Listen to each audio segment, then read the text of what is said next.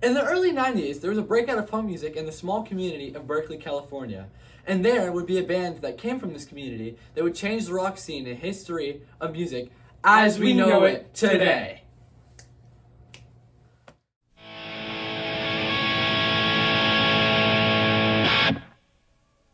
Here we go again. It all started in 1972 when someone named Billy Joe Armstrong was born, and he had a burning passion for music. In 1983, on his 8th birthday, he got a guitar from his mother, which he would call Blue, and with this guitar he would learn how to make music. As Billy went to school, he would make friends with a kid named Michael, and his friends called him Mike Dirnt. They would share their passions for music with each other and form a band called Sweet Children.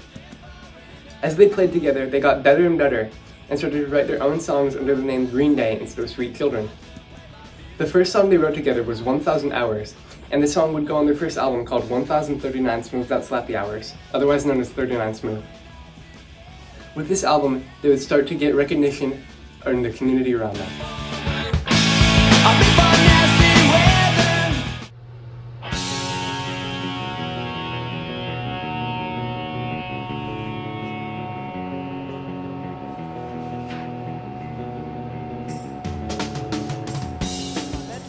Kerplunk was the next record they made. They recorded this over the course of 1991 from May to September, and it was released December of the same year. This album cost around $2,000, which was relatively expensive for them at the time. They had this money from the slight success of their previous album. So back to this one. This album exploded compared to their previous album, which sold 3,000 albums within the first year. And this one sold 10,000 within the first day, which is really quite impressive for them at the time. And with this success, they were able to get the money and fame they would need to get signed to a major record label. And with this, they would make one of, if not the biggest album they will ever make.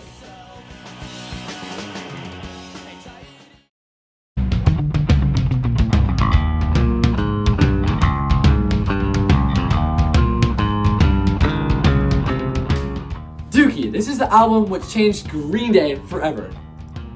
After the release of this album, they would get to the exposure they needed to play their biggest concert ever, and the name of this concert is Woodstock 94. At the time, they weren't as big as some of the other artists playing there, some examples being Aerosmith, Metallica, Red Hot Chili Peppers, and the Cranberries. So it truly was a big festival, and they were a very small part of it. But something would happen there that would bring even more fame to them. There would be a mud fight, and the fight would be where Billy Joe Armstrong, the lead singer, would throw mud at the crowd, which would lead to the mud fight, becoming famous and bringing Green Day on its way. Also, this album is almost completely singles, with songs like Longview, Welcome to Paradise, Basket Case, She, and When I Come Around. Those are all songs off of one album, and all those songs are still played in movies, streams, and I would say this is pretty revolutionary because all of these things from this one album are still talked about and known 30 years after release of it.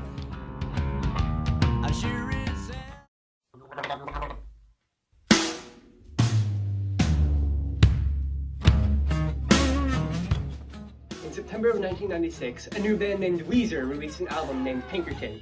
In this album, they had a song called El Scorcho. In El Scorcho, the lead singer, Rivers Cuomo, has this verse. I asked you to go to the Green Day concert.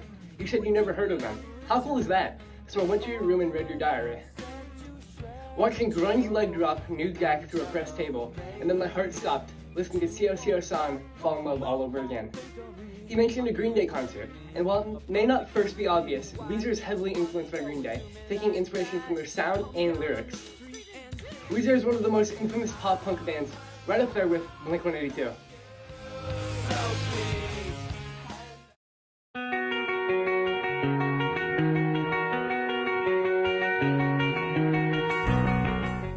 Blink-182 is another big band of the time, and they were also big fans of Green Day, taking some inspiration from them. One of the biggest instances of inspiration from them is when main singer Mark Hoppus wore a shirt of the Green Day Kerplunk album and a photo of him smiling.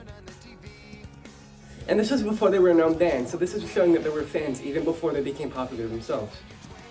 Another instance in which they were influenced by Green Day is that Blink-182's hit song, What's My Age Again, was accidentally wrote by lead singer, yet again, Mark Hoppus. And he said in an interview, and I quote, I played it incorrectly and I was kind of like, oh, that's kind of cool. and that was the basis for the opening riff of the song. Then starting to learn how to play J-A-R on guitar, and to sing it up and coming up with something that I liked, and was different than that. Those are just some of the reasons that Blink-182 was also influenced by Green Day, and they were a big influence at the time. One, two, three, four.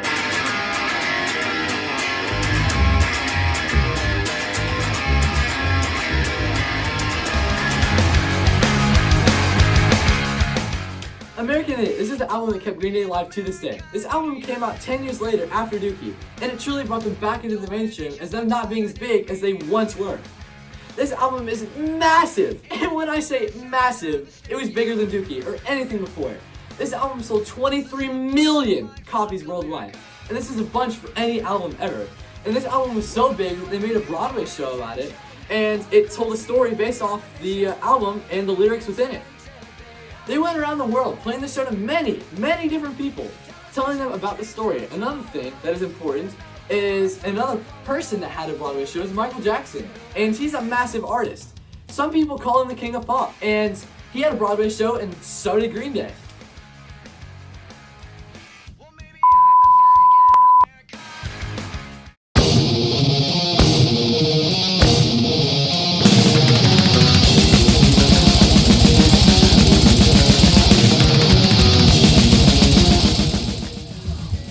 We're on our way to see our friend Jasper. He is a non-fan of Green Day. He doesn't really like Green Day that much as a band, and he really shows the other opinion on people that wouldn't like Green Day. So we're on the way to his house driving, through the virtual world, of course. So, guess we'll see you on the other side. Dude, come on! As someone who isn't a fan of Green Day, do you feel that they were influential in the acceptance of pop-punk/punk?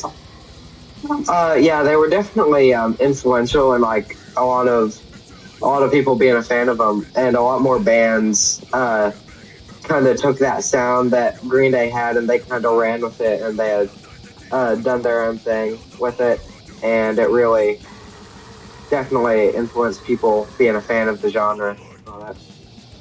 Okay, well, I actually have a question for you too. And it's, do you think Green Day proves that punk bands can thrive under government or administration that they oppose? Yeah, Green Day definitely they do oppose, like especially the current government and all that. But The Trump administration? I feel like, yeah. But I feel like they probably aren't the best example of it, because like even though they do openly oppose the Trump administration and all that, it's not horribly like it's not what's the word, like it's not very radical about how they go about things. Yeah. Like compared to some bands, like the most they've done and like the most they have been known to do is like in American Idiot, when they change the lyric from not a part of the redneck agenda to not a part of the MAGA agenda. That's like the most well-known thing they've done, and it's pretty lukewarm compared to some bands. Yeah, like bands like the Dead Kennedys and stuff like that. Yeah.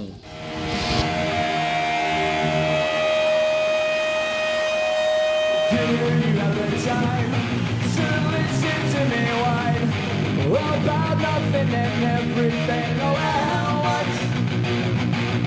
I am one of those melodramatic fools, rotted to the bone, no doubt about it. Sometimes I give myself the creeps. Sometimes my mind plays tricks on me. It all keeps adding up.